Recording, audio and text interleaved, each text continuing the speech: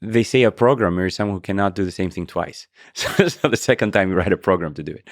And I wish I could do that for my own existence. I could just figure out things, keep improving. And once I've nailed it, let the AI loose on that. And maybe even let the AI better it better than I could have. But doesn't the concept of, you said me and I can work on new things, but doesn't that break down? Because you said digital twin, but there's no reason it can't be millions of digital Manolises. Yeah. Aren't you lost in the sea of Manolises? The original is hardly the original. It's just one of millions. I want to have the room to grow. Maybe the new version of me, that the actual me, will get slightly worse sometimes, slightly better other times. When it gets slightly better, I'd like to emulate that and have a much higher standard to meet and keep going. But does it make you sad that your loved ones, the physical, real loved ones, might kind of like start cheating on you with the other Manolises? I want to be there 100% of them for each of them. So I have zero perks or zero qualms about me being physically me, like zero jealousy. Wait a minute, but isn't that like?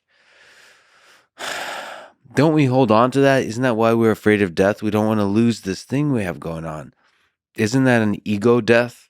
When there's a bunch of other Manolises, you get to look at them. They're not you. They're just very good copies of you. They get to live a life. It's fear of missing out. It's FOMO. They get to have interactions. And you don't get to have those interactions. There's two aspects of every person's life. There's what you give to others, and there's what you experience yourself. Yeah. Life truly ends when you experiencing ends. But the others experiencing you doesn't need to end. But your experience, you could still, I guess you're saying the digital twin does not limit your ability to truly experience as a human being. The downside is when, my wife or my kids will have a really emotional interaction with my digital twin and I won't know about it. Yeah. So I will show up and they now have the baggage, but I don't. So basically what makes interactions between humans unique in this sharing and exchanging kind of way is the fact that we are both shaped by every one of our interactions. Mm-hmm.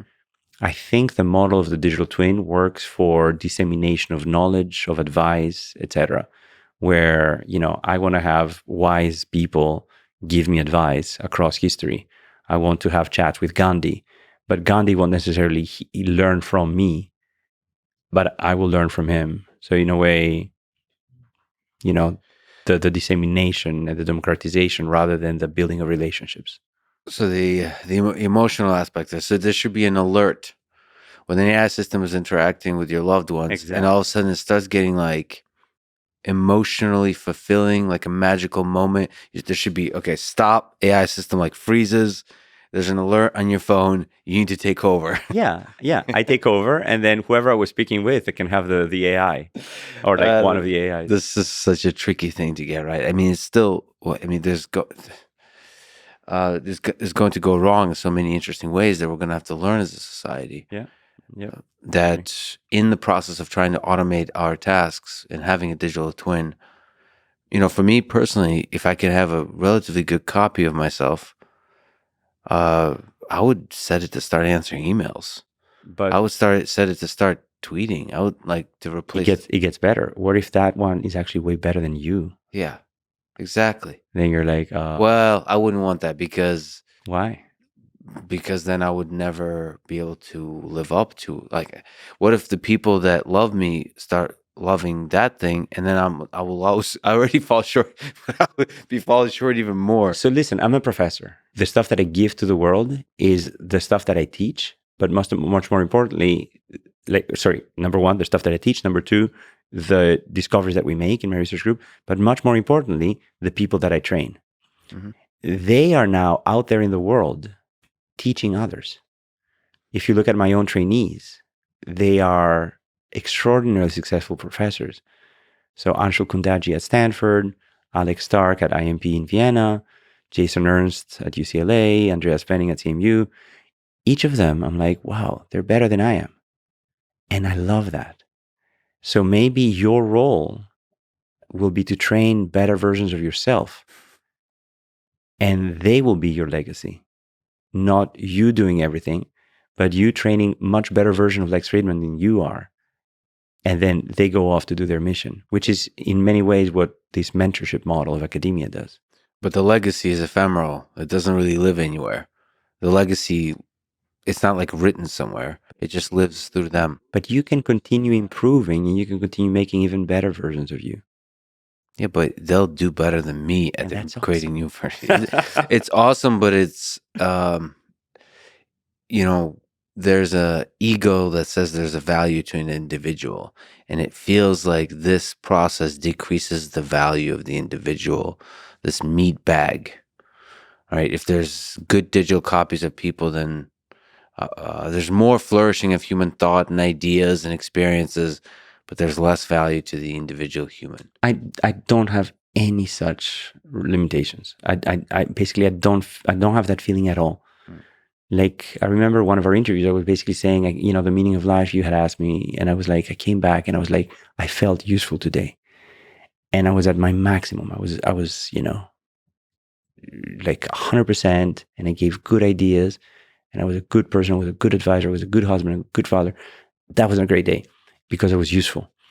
And if I can be useful to more people by having a digital twin, I will be liberated because my urge to be useful will be satisfied. Doesn't matter whether it's direct me or indirect me, whether it's my students that I've trained, my AI that I've trained. I think there's a sense that my mission in life is being accomplished and I can work on my self-growth.